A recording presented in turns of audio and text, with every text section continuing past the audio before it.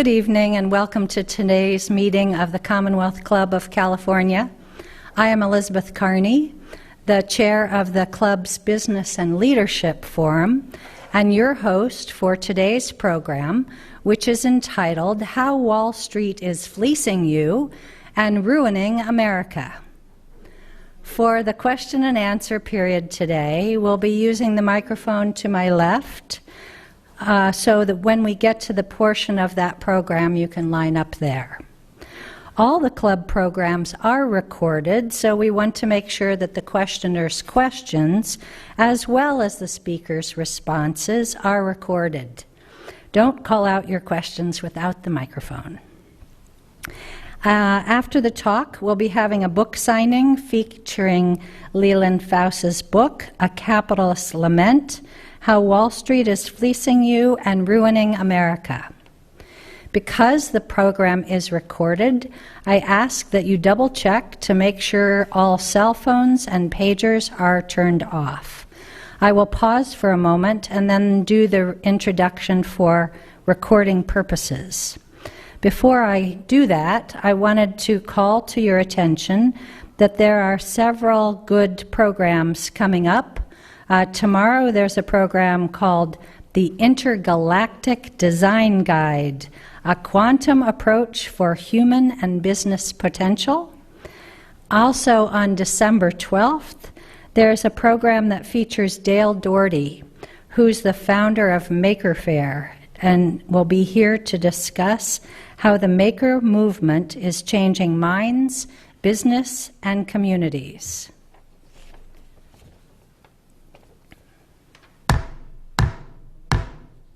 Good evening and welcome to today's meeting of the Commonwealth Club of California. My name is Elizabeth Carney. I'm the chair of the club's Business and Leadership Forum and your host for today's program, which is entitled How Wall Street is Fleecing You and Ruining America. You can find our website at commonwealthclub.org. We invite our audience to visit us there to learn about many of the fine programs that are held here at the club. It also contains an archive of past programs in case you missed something and want to listen to it again. And now it is my pleasure to introduce our distinguished speaker, Leland Faust. He is in conversation tonight with Roy Eisenstadt. Leland Faust is an honors graduate from UC Berkeley in economics and Harvard Law School. He founded CS Capital Management in 1978 and managed over $1.5 billion in assets. He has represented over 100 NFL, NBA, MLB All-Stars.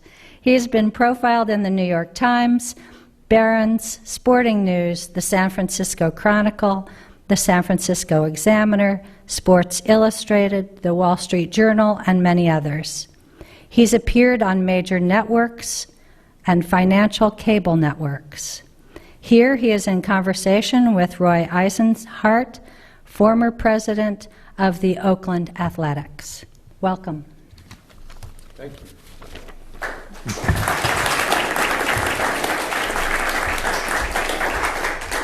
Well, welcome, Leland. Our main purpose tonight is to cheer everybody up. Secondarily, we will discuss Leland's new book, and hopefully they will work in synchronicity. However, actually, it's funny, I was interviewing an author recently who said, you know, the best sign that the interviewer hasn't read my book is when they ask me about the title.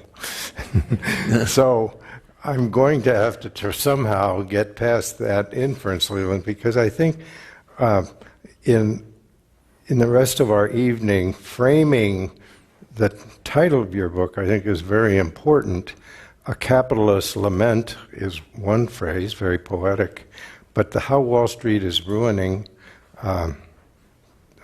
basically ruining America. I'll summarize it at that, is where I'd like to start. I'd like you to say why you chose that as your title. Well, thank you, Roy. Well, I started with A Capitalist Lament because I wanted to make sure that my readers understood that I am very devoted to the free enterprise system, and that I believe without free enterprise we're all going to be poorer and we're all going to have much less freedom. So it's a capitalist lament. It's someone who believes in this system that we have, and that I'm not don't want to do away with the system. I want to help fix it. And I think that Wall Street main firms have hijacked the system for their own selfish benefit, so that they can make more money, and the things that come with that, have more power and control over things. So I think that's for me an important starting point. When we go to the sort of the subtitle of how Wall Street is fleecing you, we'll stop with that one first. Again, I don't believe either part of that subtitle is a hyperbole. That the mainstream Wall Street, unfortunately, is not on your side. They're out for them. They're out for themselves. They're out to maximize their own income at their investors' expense. Now, being a capitalist, I think it's okay to make money and profit, but not if you're taking advantage of the system because you can and you can get away with it. The capitalist system has a couple of characteristics. First of all, it implies an educated market, that there's knowledge on both sides. Well, that's not the case here. There's unequal knowledge in many, many cases. Another very important factor is that the parties that invest or put their money at risk are bearing the loss potential. That with a gain comes a possibility of a loss. If we divorce those two things, then the system breaks down and we get a lot of the behaviors that we see today. And I think that's been too prevalent. Now, as to the last part about ruining America, again, not an exaggeration. If we look at how this plays out, well, some of the things I think are more apparent than others. But for instance, if because of Wall Street we have massive bailouts, well, that has a real impact. The government then is spending money on bailing out the companies, and even if they get a lot of it back later, they've still spent $800 billion doing that. So therefore other programs that might have been financed weren't.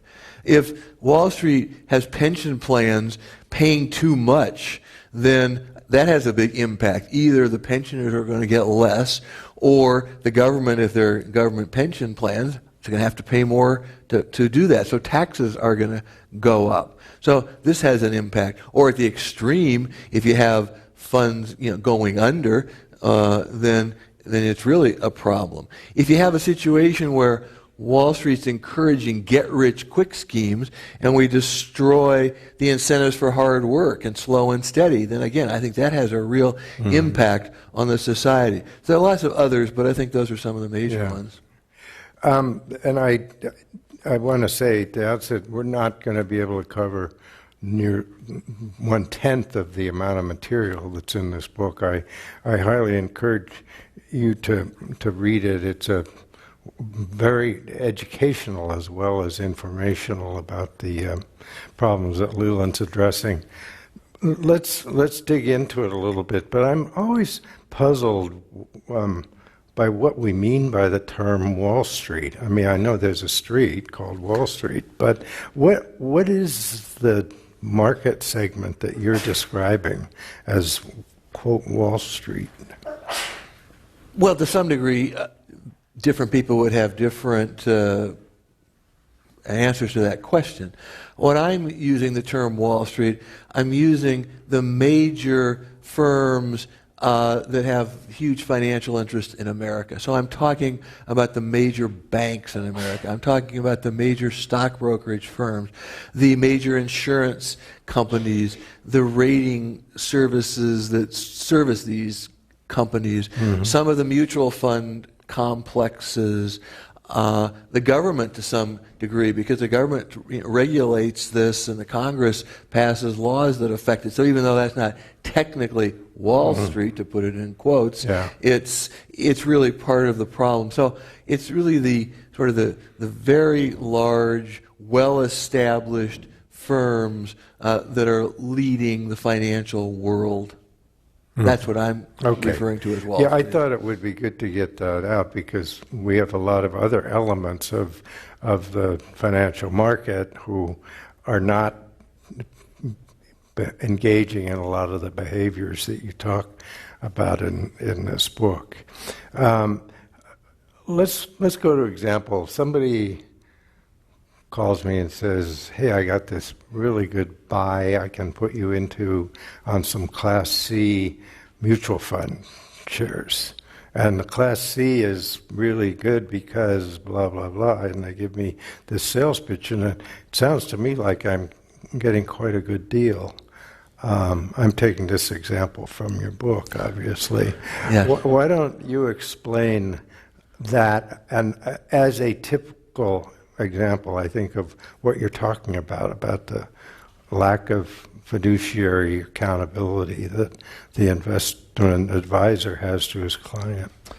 Sure. Well, in the example that I use in the book that you're referring to, it's in the part of the book which I call the triumph of selfish interest that the Wall Street firms are engaged in. Self-interest is great, but selfish interest isn't.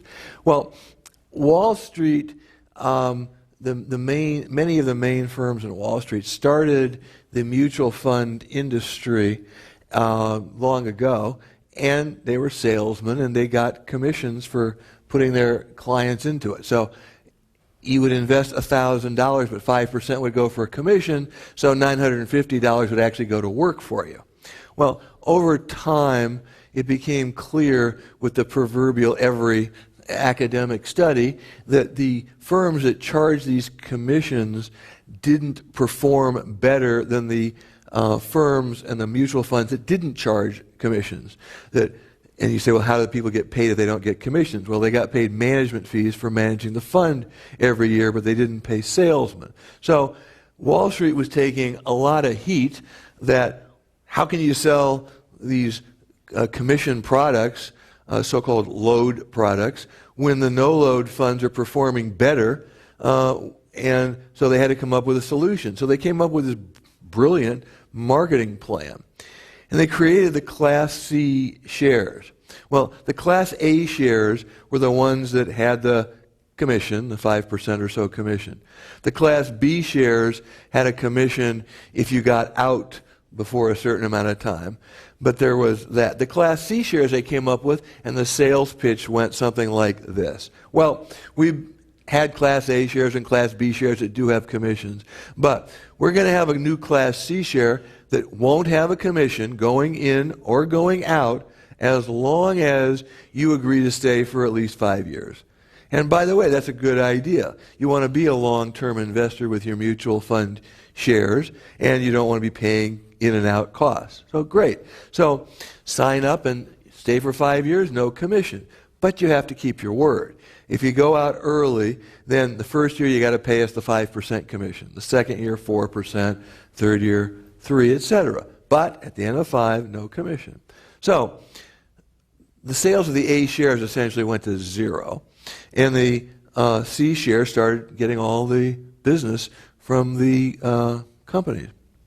Well, what they didn't tell you in the sales pitch, and it was disclosed in the legal documents, kind of the proverbial buried on page 100 of the fine print, was that the C shares carry an extra 0.75% per year in management fees, so that no matter when you get out, you pay more by using the C shares. If you stay for 2 years, you pay a 4% exit fee, and 2 years at 0.75% or 1.5%, so you paid 5.5%. You stay for 10 years, you're a really good long-term investor, you paid 7.5% instead of the 5%. So this is an example of the sort of the pigs feeding at the trough and not doing what they should be by their clients. It's basically a matter of not disclosing the management fee if you come right down to it, right? Well, actually, yeah, absolutely, that's what it is. But I mean, this is not an exact number, but my guesstimate is that over the years between clients, prospective clients, small conversations, I've told this to 100 people. And one of those 100 people knew what was really happening before I told them. Mm-hmm. So, I mean, it's a deep little secret that they've gotten away with and illustrative of the problem. So I'm a company, private company, and I'm positioned well with earnings and good prospects. So I want to go public, and so I go to a firm, agrees to underwrite my offering, and we'll call it an IPO, or initial public offering. And so we go out into the market at, these are hypothetical numbers, $40. 3 days later, the shares are selling at $80. As a company, did I get a good deal, or did I get a bad deal, or something in between? Why is the stock worth $80 3 days later when I only got $40 of capital per share in the IPO? Well, what you've just described has sort of been too often the standard since the mid-'90s and into the dot-com era of the late '90s until it exploded in 2000. In the good old days, the companies worked with their investment bankers to figure out how much they could sell the stock for, the maximum they could get for the number of shares they were going to be selling, which would mean then they would get that money to use in the business. Mm-hmm. Well, later on, they started to notice a couple of potential things that they could do. One, some of the companies wanted to use the IPO as a way to attract attention. And so what better way to attract attention than to have shares come out at, your example, $40 a share and immediately jump so that, oh my God, this is a really hot stock, it's really valuable, right. I got to get in. So they started using it as a way to attract attention, and sort of, literally they used the term branding for what they were doing. But what they were essentially doing, and if it's still doing it, it happens today, is transferring money from the company, which was going public. If the stock could really clear a market at $80 a share, then half the money went to the company, right, and half the money went to the lucky first investors who were able to get it at the IPO. And how did they become the first investors? They became the first investors by being favored customers. Yeah. So if you were a big player, had a big account generating lots of commissions, you could get an allocation. If you were a mutual fund and were trading with them, you could get an allocation. So it was a way to curry business too, because you'd go to a mutual fund and you say, okay, I'll sell you these shares at IPO, but I want you doing your business with me now and in the future. And then they would do that. The mutual fund would make money on the IPO, which would make its return, by the way, look better than it really was in terms of their track record, because they were just getting fed profit. Mm-hmm. And it was depriving the company of money, which it otherwise could have had. So it was really a bad deal for the company. And one of the interesting cases in the last few years that did not go that way was Facebook. Mm-hmm. Facebook, and then it didn't have this big pop the first day, and it got criticized for doing the right thing. Well, the good news for Facebook is it's gone up many times since the IPO, whereas some of these companies that jumped from 40 to 80 never saw 80 again, right, and the investors who weren't the favored investors who got the IPO shares really got hurt. And so that's been a big problem too, hurting the small guy to help the big guy. Mm-hmm. And with these hot IPOs, in more cases than not, that's what happens. But the company is essentially giving away a lot of its market value by permitting an IPO to go out undervalued. That's right. And they've done that because they think the other elements, some of which I talked about already, are worth it, or they think that if they can get a feeding frenzy and the rest of their stock will ultimately be worth more, even though they're not selling it that day. If you can get a company that, because of a hot IPO, is selling at 40 times earnings, and that's better for them than if it's selling at 30 times earnings in a more realistic figure, because they own still most of the stock. But if you were a shareholder in that company before the IPO and it goes out undervalued, your interest has been diluted. That's correct, yes. Yeah, so it dilutes your interest as a shareholder, Yeah. and it certainly deprives. And sometimes these companies have run out of money, and they could have had more if they just had a more reasonably priced IPO. Again, slow and steady versus trying to get rich quick. So my same friendly broker calls me and says he's got a couple of hedge fund opportunities for me. And I really shouldn't stay out of them, because anybody with half a brain is grabbing these things. Well, hedge funds are a very interesting phenomena. The idea of a hedge fund, way back when, and why the term comes from, actually started out as probably a decent idea that was perverted by Wall Street very quickly. The idea was that a fund would hedge the investments by doing things which wouldn't necessarily move at the same direction at the same time. So a fund might own certain stocks that would go up under certain circumstances and certain stocks that would go up under others. So they were kind of hedging your bets and being more balanced. Or they would try to own things that weren't necessarily correlated with one another historically. So they might own some things that would go up during inflationary times and some things that would go up if prices were more stable. So they were hedging it. Well, pretty soon the whole thing changed, and the reason that it changed was hedge funds were able to have their fee structures set as if they were private equity venture capital firms instead of stocks and bonds. Now, the difference was that in the private world, many times the promoters of the deals were able to negotiate where they would get 20% of the profits if there were later profits on the sale of an asset. So if you bought an apartment building and you held it for 5 years and then it went up, $150,000, the person who put it together after his investors got all the money back and maybe a profit on top of that would then get 20% of the difference, or in my example could make $30,000. Mm-hmm.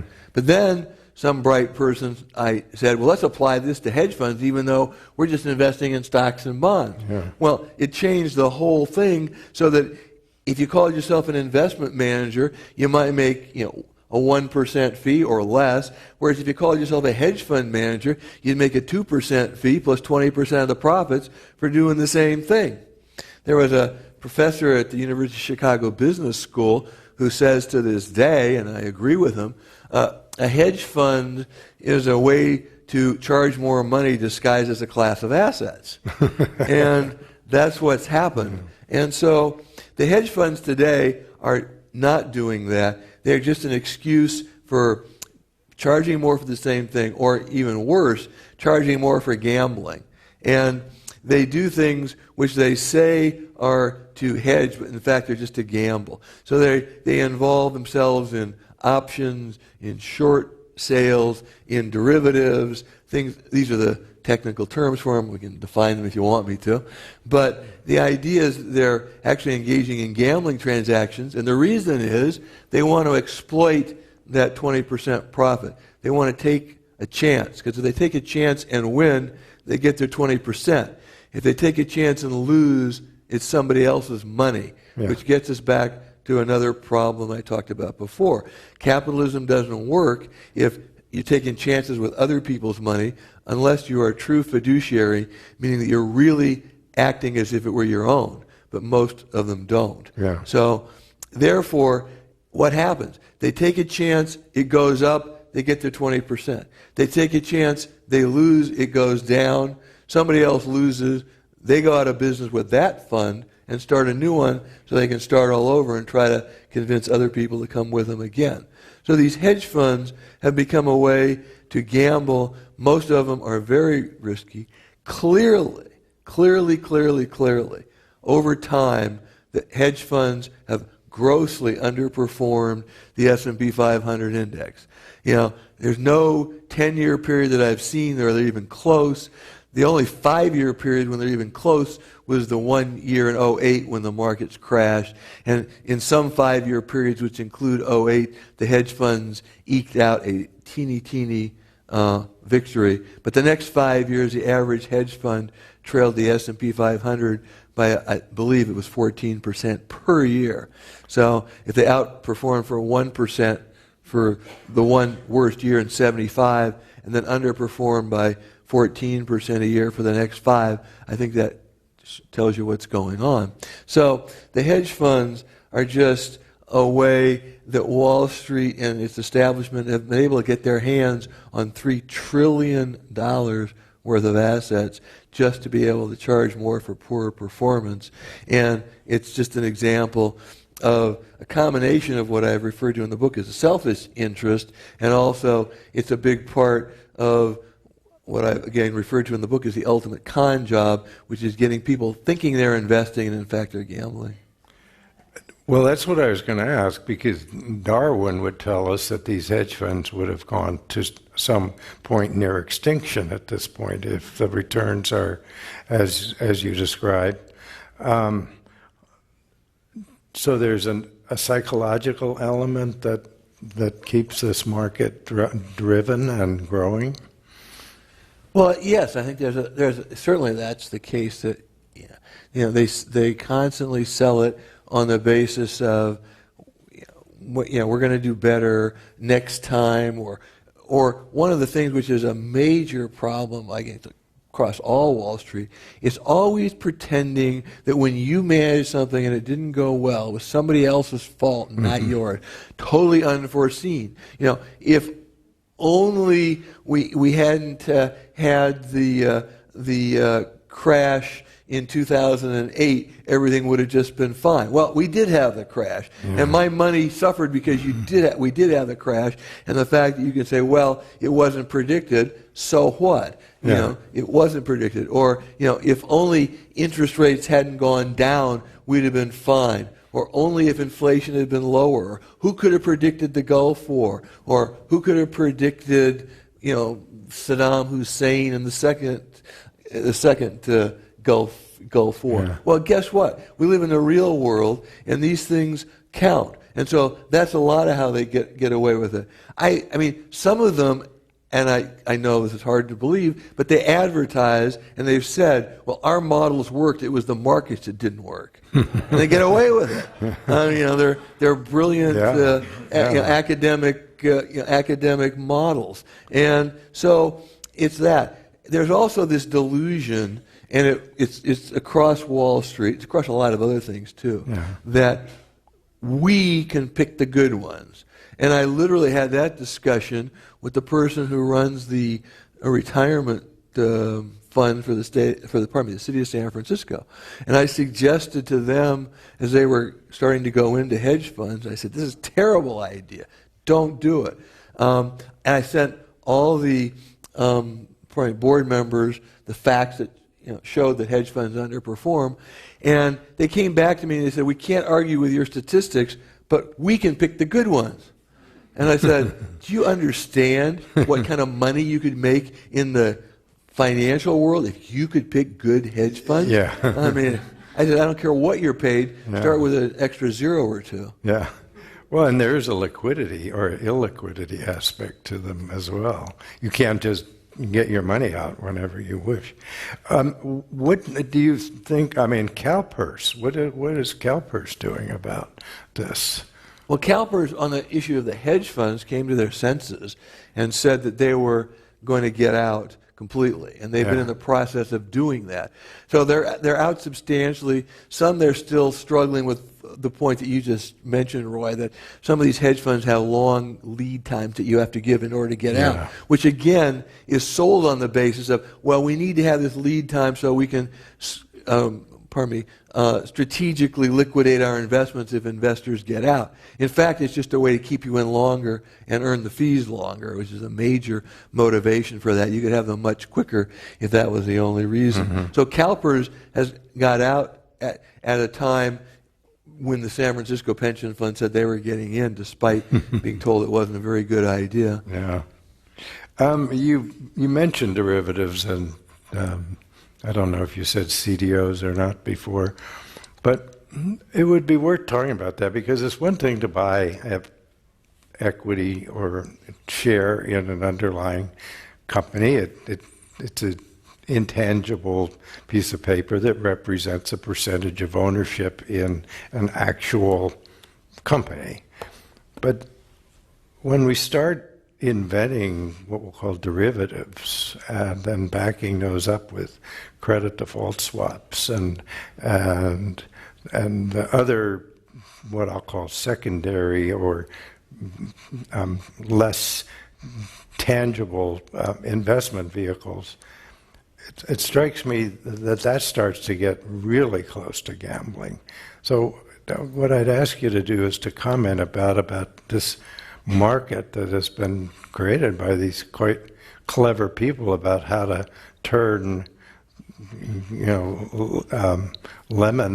lemonade into lemons rather than the other way around. I hadn't thought of that before, but that's good. I like it. Well, the idea of a derivative, first, let's sort of have a general definition of what it is. A derivative, well, let me back up a second.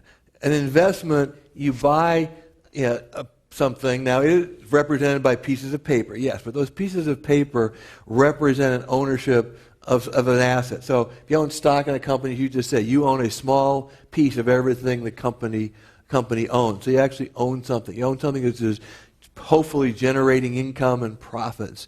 It has assets. If you buy a bond, you have a claim for $1,000 typically. So you loan your money out, you get a bond back that says you get your money back with interest. Okay. You own a piece of real estate, you actually own something where you actually touch. Okay. Now, a derivative is something which is only a contract between two parties which derives its value, hence its name, from something else. So if I own a derivative, I may be just making a bet with you. You think that the price of a stock is going to go down. I think it's going to go up. So that's what a short sale is. You say it's going to go down. I'm selling it short. I say it's going to go up. Whatever you make, I lose exactly the same amount, or vice versa. It's a closed system. And that's why I believe it's gambling. Because in Wall Street, it's a negative system. Because whatever I make, you lose, and they're commissions. So the two of us together, guaranteed to lose. Whereas with real investments, we can both get what we want. I can own a stock, I can make money, I can sell it to you, you can buy it, it can still go up because it's a good company. We can both own something rather than just a bet against one another. So what Wall Street was finding as time was going on is that there was a finite number of stocks and bonds. They can only sell so many of them. But they can sell as many derivatives as they can find customers who want to buy them. And the more they can trade them, the more they can sell. So, for instance, there was a company called Delphi. It was a big auto parts maker. And it had about $2 billion worth of bonds outstanding at the time it filed for bankruptcy. But it turned out that it had $10 billion of derivatives based on those same bonds. So they could only sell $2 billion of bonds, but they sold $10 billion worth of derivatives on those same bonds. So that's kind of the way that they can increase their revenue by having these bets of you against me, even though we didn't necessarily own Delphi bonds at all. Yeah. And I will say that the movie The Big Short had this very good sort of illustration of how these derivatives work and how they're gambling. Well, they started out with somebody playing roulette. Well, and that was in their in their movie, the actual investor. So the actual investor is playing roulette. Okay, but then somebody's standing over his shoulder kibitzing, and it's like he's playing roulette, and then you and I make a bet on whether he's going to win. Right. So that's the first derivative. Yeah. And then somebody watching us makes a bet on whether I'm going to win my bet with you. Right. So now we have a second level derivative. And that's kind of really what's going on and why it needs to be stopped. But then bring the insurance issue into it, where everybody can buy insurance on the possibility that you might win or lose. And so the AIGs of the world end up insuring, like an example of you use in the book of the house burning down. Right. Well, when I insure, if I insure my house, if I own my house, I can do one of two things. I can just say if it burns down with a fire, if I don't have a mortgage, I can do that, right? Okay, or I can insure it against a fire. Fine. All right, but Roy can't go out and buy an insurance policy against my house because then he's just gambling that my house is going to burn down. So that's an example of a... In fact, it gives me incentive to burn your house right. down. That's right. So that's the example of a credit default swap. So an example would be, using a real example would be, if you own a General Electric bond, and you say, okay, General Electric's supposed to pay me. Well, then I go out and I say, okay, I'm going to get involved in a credit default swap. If General Electric defaults on its bond, then you're going to pay me whatever they don't. So I've insured my bond. Again, that's fine. But back to my example with Delphi. If there were 5 times the number of bonds and there were, derivatives and there were bonds, and it's like 5 neighbors insuring my house. And that's what's been going on. And if it burns down, all 5 of us get paid the value of your house. That's right. But if AIG is the insurer and they're leveraged and then they can't make good on that contract, then the government has to bail them out, and then we have the mess that we had. Mm-hmm. And that's why you should watch The Big Short. We are, for those who are either listening to this on the radio or watching it on C-SPAN, recognize that we are less than 24 hours since the presidential election. So I'm going to ask you to put on your kind of prognosticator hat and give you the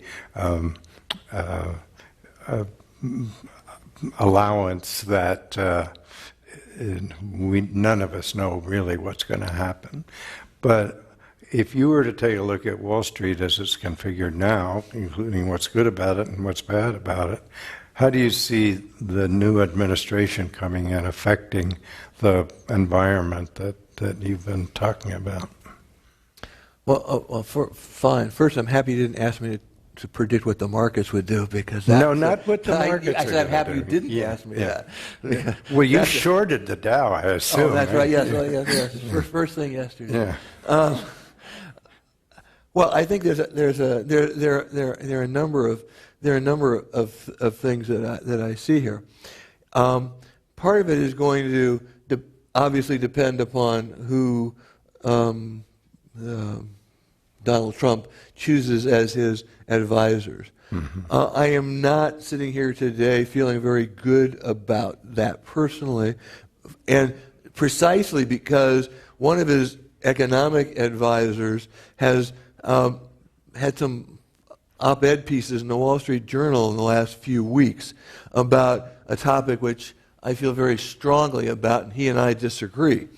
So I guess that's going to start it. What is that? Okay, there's 2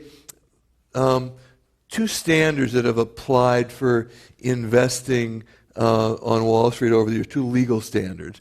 Some of the players on Wall Street, the players meaning the Wall Street sellers, not the investors, have been held to a standard of a fiduciary, and that is the highest standard. Is it in the client's best interest? Client's interest first, no exception. Okay, there are firms that are legally held to that standard. And that's what I think is important, because then you put your client's interest first. We don't have some of the problems I described briefly before. There's the other standard, which is it suitable for the customer? Well, that means, given the customer's resources, is this sort of an okay investment? So it's okay to put them in the Lowe's mutual fund with a 5% commission because that's a suitable investment for him. Or it's okay to put him in a more risky bond because maybe that's suitable, even if it's not in his best interest. Okay, the Department of Labor has come out with some proposed regulations, which are supposed to go final next April, that would apply the fiduciary standard to all pension plans. And I think that's a great idea. There are those who say, no, if we do that, then small people aren't going to be able to get the advice they want. I don't believe that for a minute, and we can't go into the details now. I can tell you how I think we can get that handled very effectively at much lower costs. But Mr. Trump's advisor has said, if we do this, this is slavery. This being applied, the lower standard. If we apply the fiduciary standard to the pension funds, it's going to be slavery. And what I'm about to say, I know you're not going to believe, and I'm not making it up. He compared it to the Dred Scott decision, legalizing the return of the fugitive slaves to the South. So if this is the person he's listening to, we're not going to get very far. Clearly, any efforts to rein in a lot of the things that I think need to be fixed are going to be slowed down to a halt or not happen at all. I didn't even think if Hillary Clinton were elected, given her relationship with $250,000 an hour speeches at Goldman Sachs, we were going to get very far. But clearly, with the Republicans controlling it and Trump being the president, so I think we're going to have that going to go slower. We're going to have efforts to repeal the Dodd-Frank law, which, by the way, I'm not a big fan of Dodd-Frank. I'm not sure we should throw the entire thing out, but I don't think they're going to be too judicious about it. So my fear is this is going to result in less chance to clean things up than if Hillary Clinton had been elected.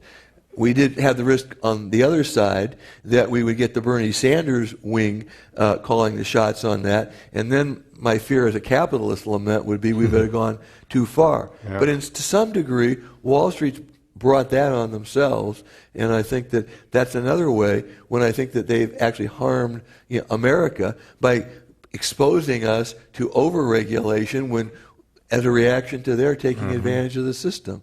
So I think that the election, has that aspect. The tax policies could have a big effect, and at this point, I can't tell which way that's going to go. But the carried interest element, it seemed that Clinton and Trump, superficially at least, agreed on taxing the carried interest as ordinary income. Right. Yeah. Well, again, just for the audience that aren't technically as advised, the carried interest is the example I talked about before, where you get your 20% of the profits if it goes up. Well, that 20% of the profits, I don't care what spin anybody on Wall Street puts on it, is compensation for your services in putting together the deal and choosing the investments. You have no personal capital involved for that so-called carried interest. And to tax it as capital gain, which is what happens under current law, is, in my opinion, an outrage. One of the few things that Hillary Clinton and Trump agreed on in the campaign is that should be taxed as capital gains, not ordinary interest. Ordinary income. Other way around. Which would, as capital, pardon me, they agreed it should be taxed as ordinary income, not capital gains as it currently is, which would mean about a 20% higher tax. In other words, federal tax. So instead of paying 20%, they'd pay 40%, in line with what every other wealthy person in America pays on earned income. So we'll see if the Republicans follow through on that, given their anti-tax increase plan. I don't know, but at least Trump himself has been in favor of it. And just maybe it'll happen, because when George Bush was president, it looked like they were going to pass that. It actually cleared the House, but it was killed in the Senate, strange but true, by Senator Schumer, yeah. liberal Democrat, but from New York. Yeah. Ha ha, surprise. Well, I'm going to turn now this evening over to our audience questions, because I'm sure you have a lot to ask Leland, and as a reminder to please use a microphone. So I want to remind our audience here at the Commonwealth Club and on the radio that we are listening to Leland Faust in conversation with Roy Eisenhart. With us on the subject today of A Capitalist Lament, How Wall Street is Fleecing You and Ruining America. Please come up to the microphone for questions. I really appreciate you telling us a lot about how we're getting ripped off by Wall Street. And what I'm wondering, as an investor, is how can I invest in a way where I'm not getting ripped off? good question. Well, I mean, I think that there are a couple of answers to that. I mean, one is if you're doing it yourself, or a second if you're asking other people for advice. So the starting point, and I mentioned it before, if you're asking other people for advice, is, in my view, only deal with fiduciaries. Okay, how do you tell they're fiduciaries? You ask them. How do you know that that's for real? Get it in writing. And it's a simple letter. I am serving in a fiduciary capacity only, period. Signed advisor. They won't sign it, then you say, I'm happy to have interviewed you, and I'll find someone who is a fiduciary. So that's the first thing. The second thing, clearly, whether you're being advised by a fiduciary or you're doing it yourself, no gambling products. So you invest in stocks, you invest in bonds, you can invest in real estate directly or through real estate investment trusts. You invest in things where you actually are investing in assets. You're not investing or gambling, pardon me, against one another. So you don't do short sales, you don't do derivatives, you don't borrow money to lever up your investment. Some of the companies themselves, or the real estate firms themselves, have borrowing. You don't need to pile it on top so any mistake gets amplified, which is why so many of these companies went under in 2008. In some cases, they were leveraged as high as 20 or 30 to 1, which meant if the value of their investments went down by 3%, they were bankrupt. Well, that's an insanity, in my view. And so you don't do that. You find the low-cost products. You find the mutual funds that have, or the exchange-traded funds that have the lowest cost fees. And you look at track records, but you look at the lowest cost. So you stay diversified. You can't be so smart. You're not, I'm not, and they aren't so smart as to know what the next great thing is. So you stay diversified throughout. Doesn't mean you never change your allocation, but you don't say, today I'm 100% in stocks and tomorrow I'm in something, I'm 100% in bonds. There was a wonderful illustration of that a few years ago.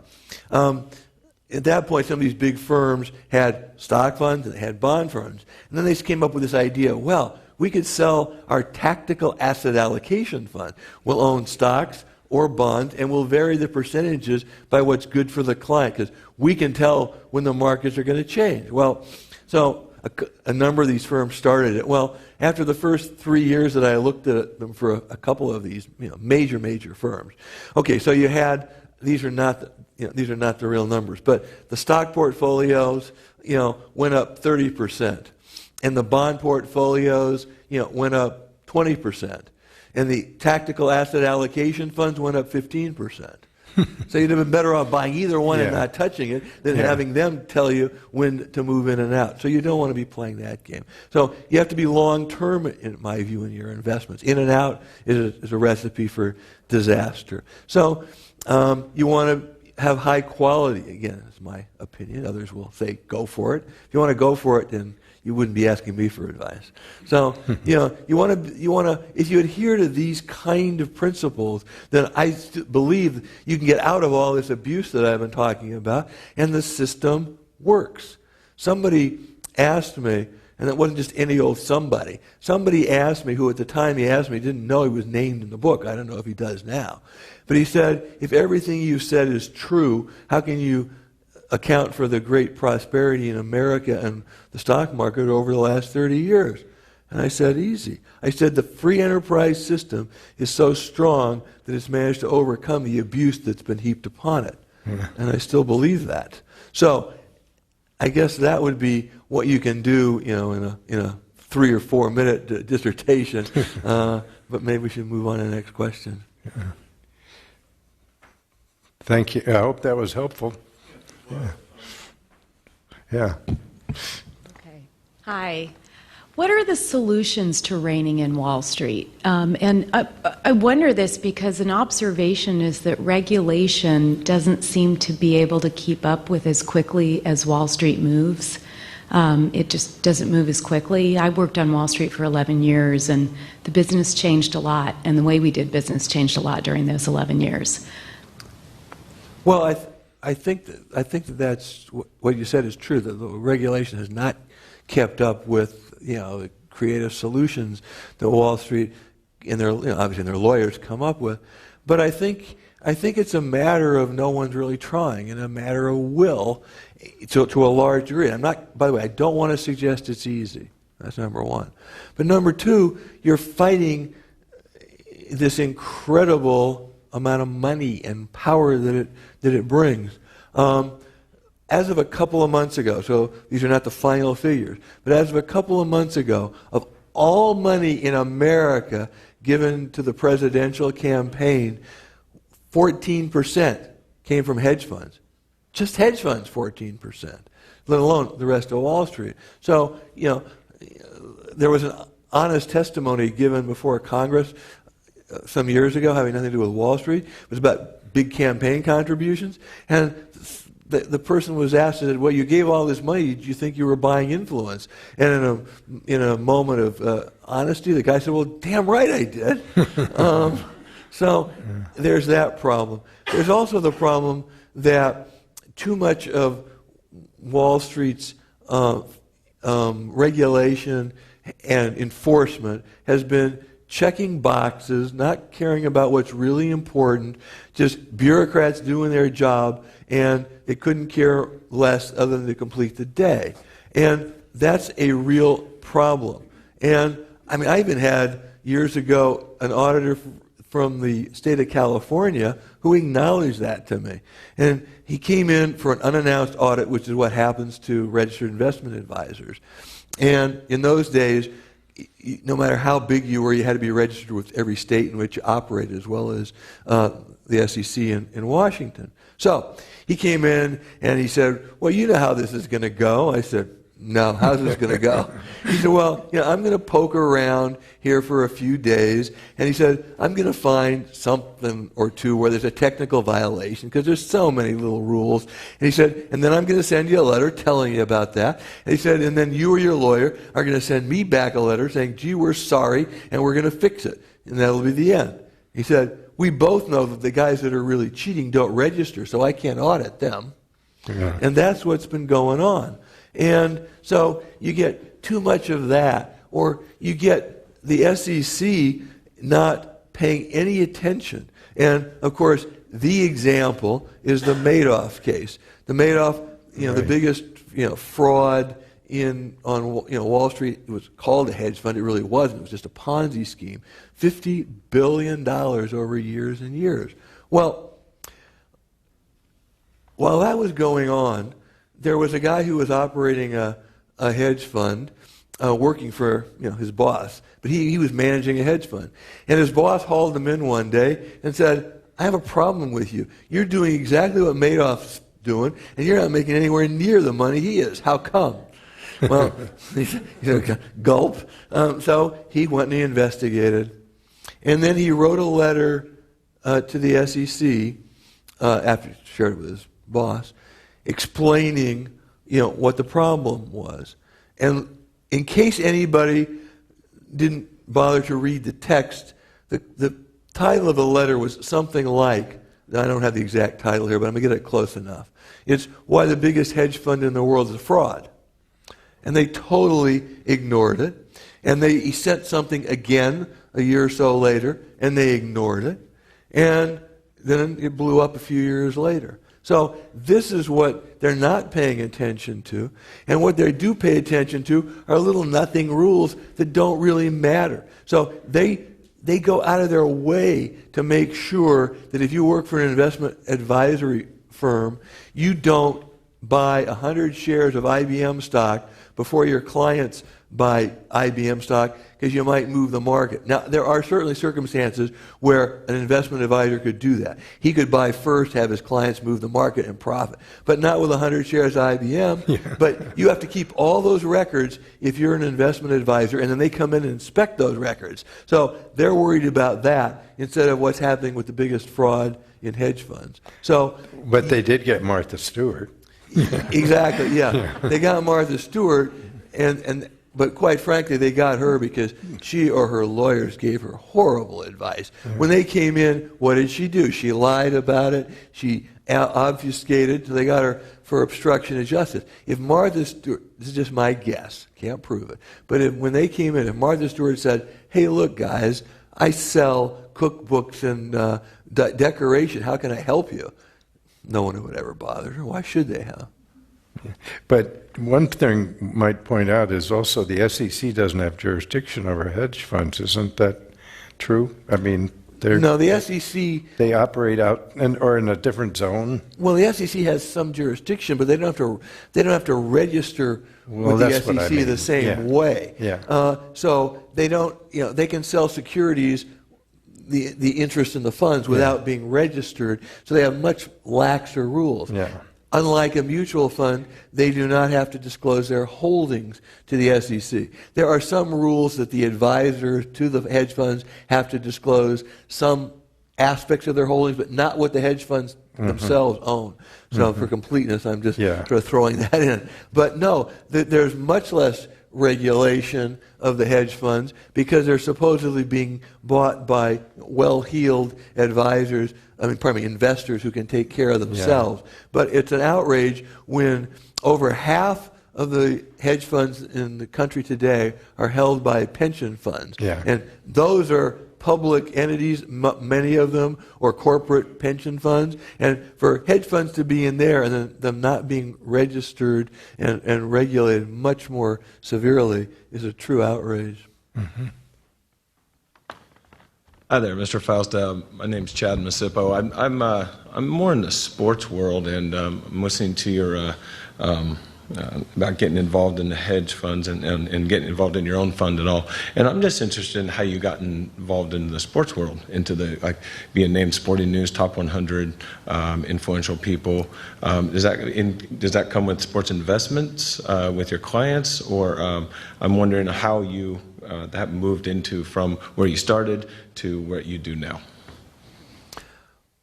Sure. Well, I started my professional career doing tax law and a little bit of investment work for regular high net worth people. But I'd always been involved in sports myself my entire life as a participant. I was a swimmer and water polo player. So not a professional, but in a fan of professional sports. And I thought that the professional athletes, as best I could tell, were being grossly underserved. So I said, maybe you can kind of combine what you do for a living with an interest that you have.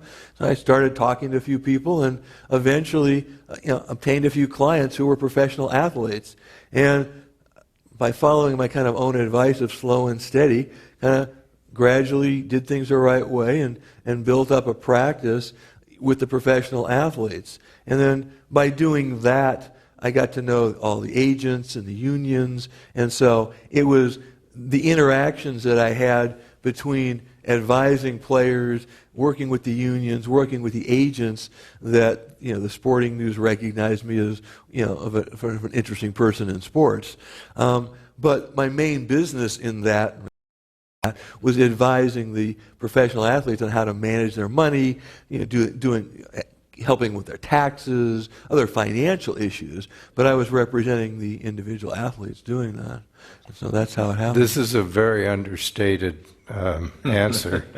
one of the biggest problems in professional sports is the frequency with which players, once they retire, become financially insolvent. And I think it'd be worth you taking a little bit of time and explaining the frequency of bankruptcy, for example, in the NFL players after their retirements. Well, right. Unfortunately, the biggest problem that most of the professional athletes face, despite all the horror stories with investments, is not the investments, it's their ability to save money and put it away.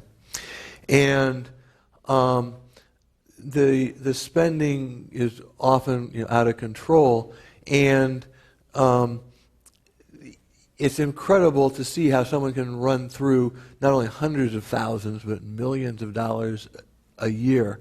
And that really was the hardest part of my work. And as good as our work was with the athletes, and we were able to shield them and our regular clients, for lack of a better term, from the turmoils of Wall Street in a real way, and outperform the indexes and that kind of stuff. That's not where our biggest help to the athletes was. It was getting them to save their money, not be taken advantage of, that type of thing. I mean, I had a discussion a number of years ago, but with the person who was in charge of the National Football League's Players Association, not the league, but the Players Association. They had a voluntary registration program for financial advisors. They couldn't require them to register, but they asked them to.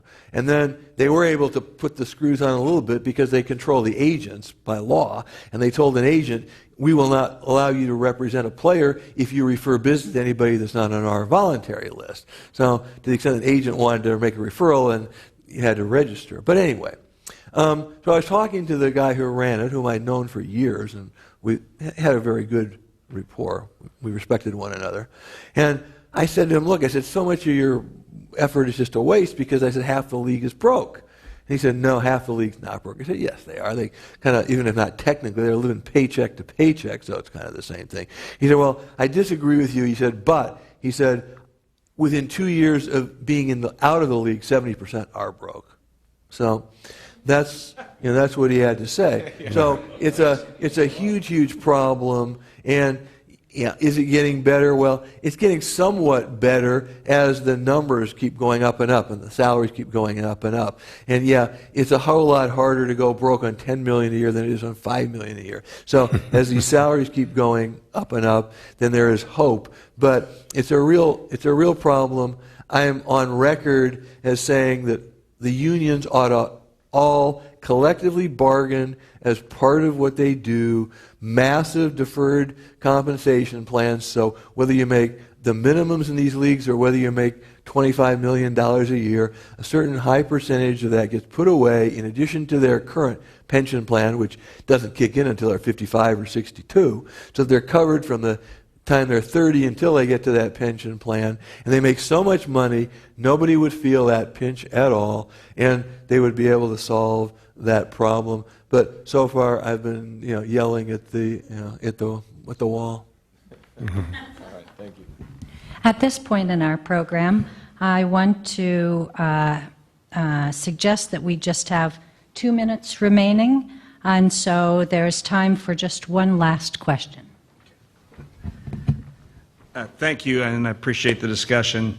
This is on a completely different thought process here. So there's tremendous leverage across the globe, across government, business, and individuals, and it's putting a lot of strain, of course, this amount of leverage. What is your professional opinion on what that's going to do to the performance of asset classes over, let's say, the next 2 to 5 years? Well, I hesitate because that's a kind of prediction that I think is fraught with peril, and I always tell people, don't be involved with those kind of predictions. I'll share with you one aspect before I attempt to just give you a little answer. There's one thing that a massive study over 10 years by a Berkeley professor and another professor, I forgot what they had 2,800 well-known people make predictions over 10 years on economics and politics, and there are two conclusions where, well, not there are only two, but there are two primary conclusions where, one, that the more precise the prediction, the much less likely it was going to happen, and number two, the more prominent the predictor, the less likely it was to happen. So, I guess so. Since I'm not prominent, then you're in good hands. But all I would say is, from my point of view, debt is a real problem. Long ago, I tried to differentiate between what I thought was good debt and bad debt. Good debt was debt when people took out, or companies or governments even, for good purposes, productive purposes, with a clear path to repayment. So if you borrow money to buy a house and you can afford your mortgage, then you've got your earnings. It's a clear path to repayment over time. Great. That makes sense to do. Okay, if you're a corporation and you borrow money and you say, well, look, it's realistic that I'm going to have an income stream and I can pay this back and I don't have to spend every penny of earnings to pay it back, and that's fine. That makes a lot of sense. There's a clear path to repayment. But if there is no clear path to repayment, for instance, most credit card debt in America, people can't pay this back. So that's not good debt. That's bad debt. Well, to the extent that it's much bigger, over-leveraging corporations or over-leveraging government, then I think it's a problem, and I'm fearful that it's not going to be dealt with very well, because dealing with it means you got to deal with it today and not keep pushing the can down the road. And that's been too much of that. There's been too much of that with government, and there's been too much of that on Wall Street and the corporations and the boards of directors of the corporations. Let's borrow money so we can buy back stock and lever ourselves up and make more money, and our stock options will be worth more. Never mind what's going to happen to the company in 5 or 10 years. Yeah. So I see it as a big problem. I don't have any solution, except we need to go kind of slow and steady in addressing it, and we can clearly stop the growth. That doesn't take a lot of effort. So let's at least start there and then see what we can do. But I wish I had the answer. Beyond that, I don't, and I don't think anybody really does. At this point, I want to again thank Leland Faust, in conversation with Roy Eisenhart, for today's comments. We invite you to the book signing held immediately after the program. We also want to thank our audiences here at the club, as well as our radio audience and C-SPAN. And now, this meeting of the Commonwealth Club of California, celebrating over 100 years of enlightened discussion, is adjourned. Thank you all for coming.